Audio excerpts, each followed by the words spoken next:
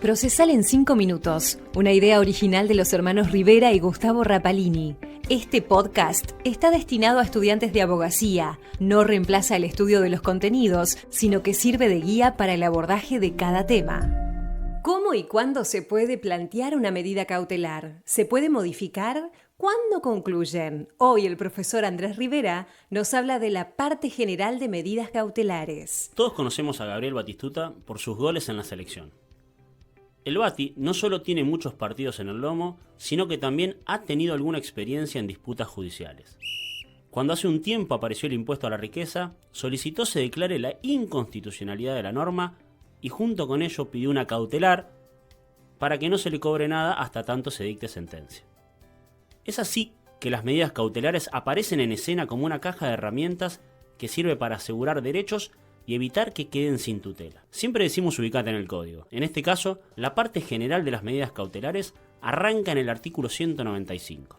Hay 3 preguntas fundamentales que nos sirven para comprender el tema. 1. ¿Cuándo se puede pedir una cautelar?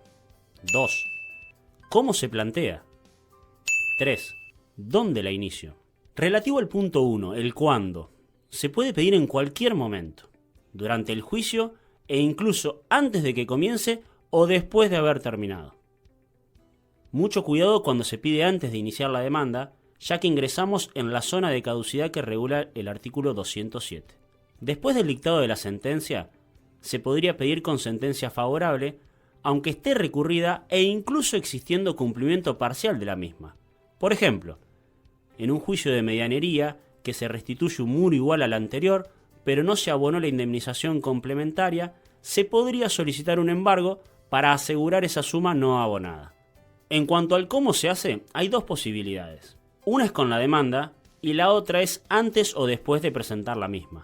Si es con la demanda, va a ser un capítulo del escrito y en la otra posibilidad se hace como si fuera una mini demanda. En ambos casos debo acreditar verosimilitud del derecho y peligro en la demora, además de ofrecer una contracautela. Más allá de la información sumaria que refiere el 197 del Código, la realidad es que en la mayoría de los casos, los requisitos para solicitar una cautelar se van a acreditar con documentos. Tal vez un ejemplo nos pueda ilustrar sobre el punto. Tomemos un tratamiento médico de salud.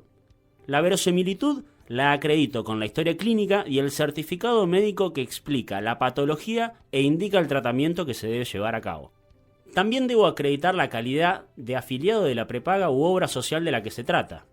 No olvidar que estos elementos deberían entregarnos una muestra clara de la necesidad de avanzar a la brevedad bajo riesgo de frustración, apareciendo así la tilde verde en cuanto al segundo requisito, el peligro en la demora. En la mayoría de los casos se exige una contracautela que puede ser real, personal o juratoria para responder a los potenciales daños ocasionados por la cautelar. Por lo general suele avanzarse con la mágica caución personal. El tercer punto es dónde la inicio.